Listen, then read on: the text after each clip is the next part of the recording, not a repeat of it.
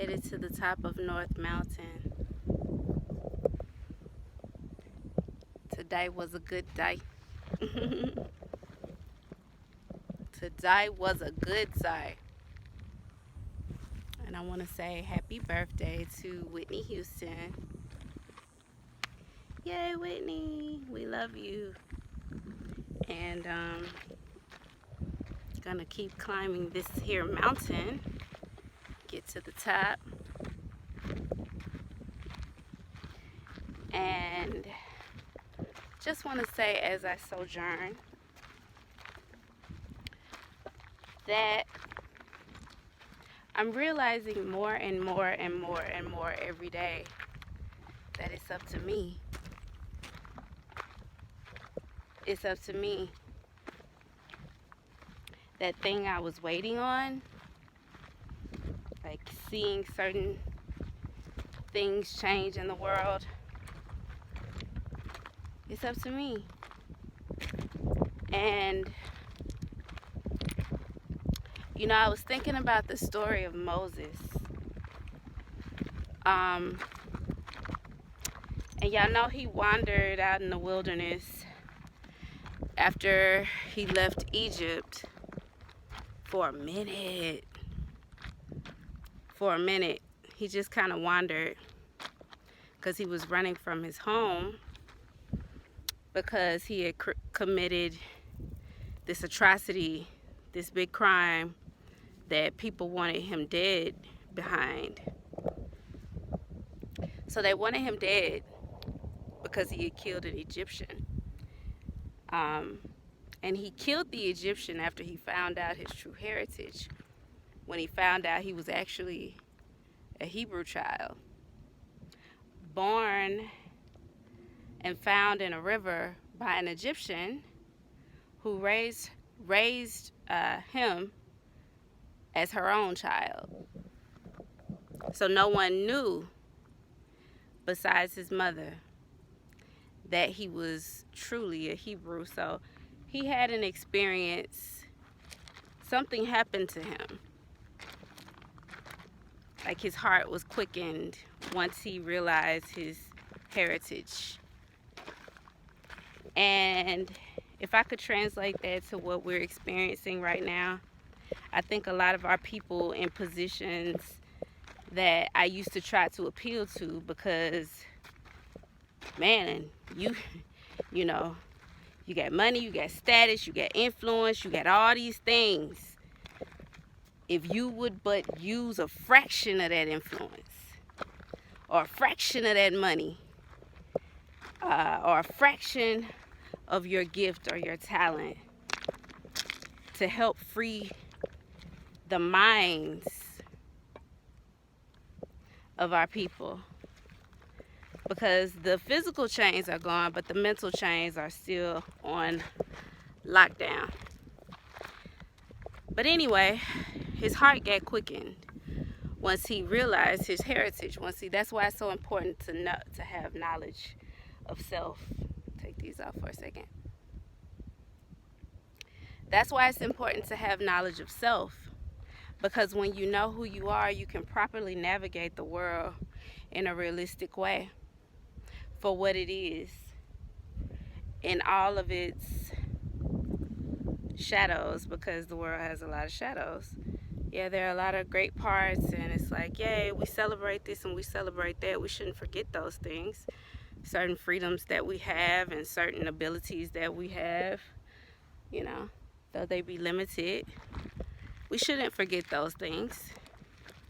But we should also always be working to fix the ills, because there are ills that need fixing and repair. But anyway, moving on. Yeah, that's what I used to be so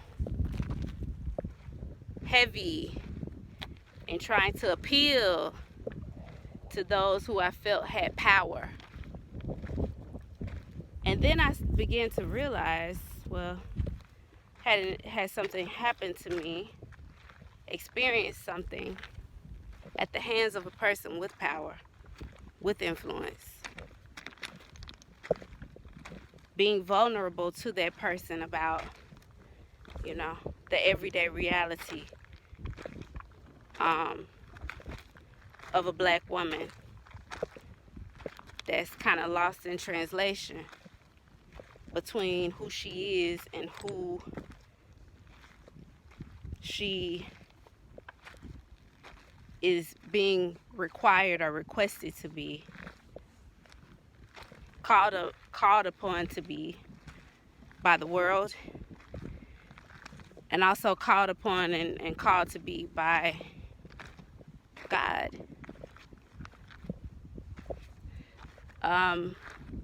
And the dichotomy of that. And then I realized that people in power are human too. I realized in a very painful way that people with power are human as well. Your power does not give you this sense of righteousness. You could be powerful and completely unrighteous. Completely unrighteous. But there is a special group, a special few. I like to call them the A-team,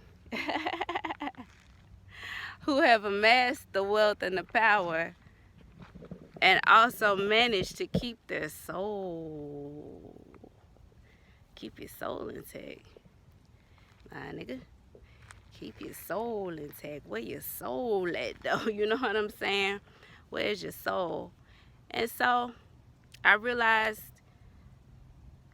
I gotta stop trying to appeal to those that I admire, those that I, looked up to, respected.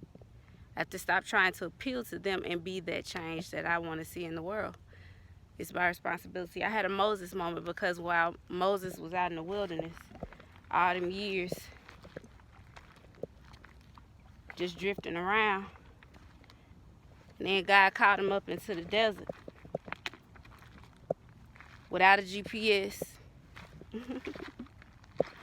without a final destination, without a map, without anything other than God's voice saying, that way. Straight ahead. Straight ahead, God. Straight ahead, you show. Straight ahead. You show. Straight ahead. Ain't nothing out there, God. It looked like some rocks and some dead trees, like some dying trees. Straight ahead. But God, it's hot out here.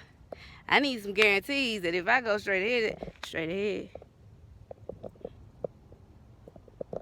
we're okay then.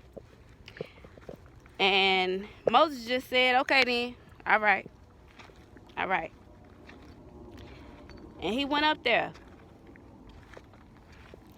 And God gave him a mission. He said to go back to Egypt, the place where you found out your whole life was a lie. You found out your whole entire existence was a lie. Not only that, but you also uncovered the wickedness of the very system that you were born as a child of privilege into. That you could have kept your mouth shut and just played it off, played it cool, even though you see everything that's happening, but for the sake of, your own security, just shh. But no, it was something about you. God said it was something about you and your rebellion that I like. I could use you. You unafraid.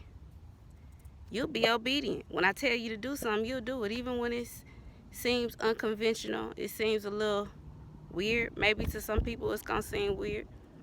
But go back and stand up in Pharaoh's court. Not on the street corner, not at the marketplace, not, by the bricklayers and, but go up in Pharaoh's court and tell Pharaoh and all his people, let my people go. And I know Moses must have been like,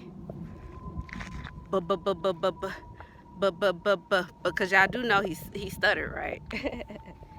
You know, he had a stumble in his speech, right? So I know he must have been like, but God, like, I know you can't be talking to me. Like, you know I stutter, right? It got like forward, that way.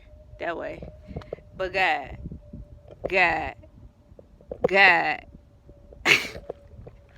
you know they gonna bring up my past, right? You know that, right? You know they gonna bring up my past. You know they gonna bring up everything, every time, you know, that I wasn't successful at something. It got like forward. And it's like, I know Moses must have been like, well, golly. Alright. When he saw that bush on fire, I think that was probably the moment where it was like, oh shit, God ain't bullshitting. Alright, Lord, I'ma do it. I'ma do it, Lord. When he saw that bush on fire, he knew when it was playtime was over then. But and you know what else I think happened? I think Moses began to realize at that point in time when he seen that bush on fire and nothing else burning. And God instructed him to take off your shoes because you're standing in a holy place because I'm here. I'm here with you. You must have forgot who I was. You must have allowed them to make you forget who I am. And I know that brought Moses right on back to his senses. Like, oh, shoot, wait, oh, that's right. I got God on my side. You know, you did just like this bush on fire. You know what I'm saying? I've seen you do some pretty miraculous things. I've seen you, you know, even protecting me as a child, floating in a basket. Who mama put him in a basket on the river and just leave him for somebody to find? I hope Lord, please let somebody with some sense and a good heart find this baby. Really? But see, she had a guarantee from God too. That's what I think Moses started to understand, that everything was divinely orchestrated. Everything was divinely orchestrated. Everything. And if God has gotten you that far, why in the world would you doubt him? When you doubt yourself, you doubt God. When you doubt yourself, you doubt God. And I've learned not to doubt myself. So in my realization that I need to stop trying to appeal to people and become that person myself, I just say Ashe.